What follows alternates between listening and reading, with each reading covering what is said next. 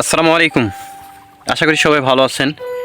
আসলে নতুন যে কোনো আবাদ করতে গেলে অনেকগুলি সমস্যার সম্মুখীন হতে হয়, যেটা আমি আসলে এখন বুঝতে পারছি বা হাড়ে হাড়ে টের পাচ্ছি। আপনাদেরকে বলছিলাম যে আমি এর আগে কখনো পেঁপে বাগান করিনি। আপনাদের এর আগে বলেছিলাম যে আমার একটা নতুন পেঁপের বাগান দিয়েছি বা বাগান করতেছি। তো সেখানে অনেকগুলি সমস্যার সম্মুখীন আমি হয়েছি অলরেডি।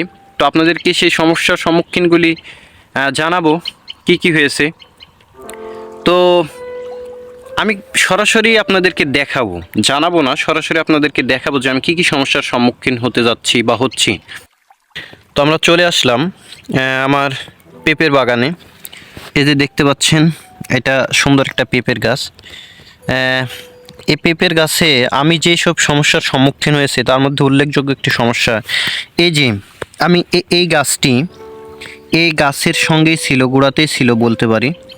দুইটি গাছ একসঙ্গে ছিল, কিন্তু আজকে যখন আমি পেঁয়াজের খেতে আসলাম, পেঁপের বাগানে আসলাম, কিন্তু আজকে যখন আমি পেঁপের বাগানে আসলাম সকালেই, তো দেখতে পেলাম এই গাছটি হেলে পড়ে গেছে। তো আমি এটার কি সমস্যার কারণে এই কাজটি হলো সমস্যা খোঁজার চেষ্টা করলাম। তো পরে দেখতে পেলাম যে আসলে এই পেঁপে গাছের গোড়াতে পচন ধরেছে।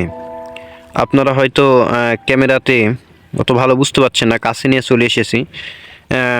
এই পেঁপের গাছের মূল সমস্যা হচ্ছে গোড়া পচন ধরেছে। গোড়াতে পচন ধরার কারণে এই গাছটি ঢলে পড়ে গেছে। এই গাছেরও গোড়া আপনারা হয়তো দেখতে পাবেন কিনা, যে এইখানে পচন ধরেছে, এই যে ছত্রাক ধরে গেছে। তো আসলে কি যে উপায়, আমি নতুন একজন উদ্যোক্তা হিসেবে এসেছি বা নতুন বাগান করতেছি, এই সমস্যার সমাধান যে কী হয় আমি জানি না, অবশ্যই আপনারা জানাবেন। শুধু একটি গাছ নয়, আমি আপনাদেরকে আরও দেখাচ্ছি। দেখেন, এই যে এখানে আরও দুইটি গাছ আছে। দেখেন, এই যে এখানেও দুইটি গাছ ছিল। আমি কিছুক্ষণ আগেই এই দুইটি গাছও আসলে দেখলাম যে হেলে পড়ে গেছে। তো এই যে দেখেন, গোড়াটা অনেকটাই ভালো ছিল, কিন্তু এই যে মাঝখানের এই জায়গাটুকু পচন ধরেছে। এই জায়গাটুকু পচন ধরার কারণে দেখেন গোড়াটাও সতেজ আছে, আগাটাও ভালো আছে, কিন্তু গাছটা যে খাড়া হয়ে থাকবে তা খাড়া হতে পারেনি, ঢলে পড়ে গেছে। তো আসলে নতুন এই যে একটা চাষাবাদ করতেছি, এ বিষয়ে আমার তেমন কোনো অভিজ্ঞতা নেই। তো এই সব সমস্যার সম্মুখীন আমি হচ্ছি, শুধু এই গাছে নয়, আমরা আপনাদেরকে আরও দেখাইতে পারি। এরকম সমস্যা বাগানে আরও অনেক আছে।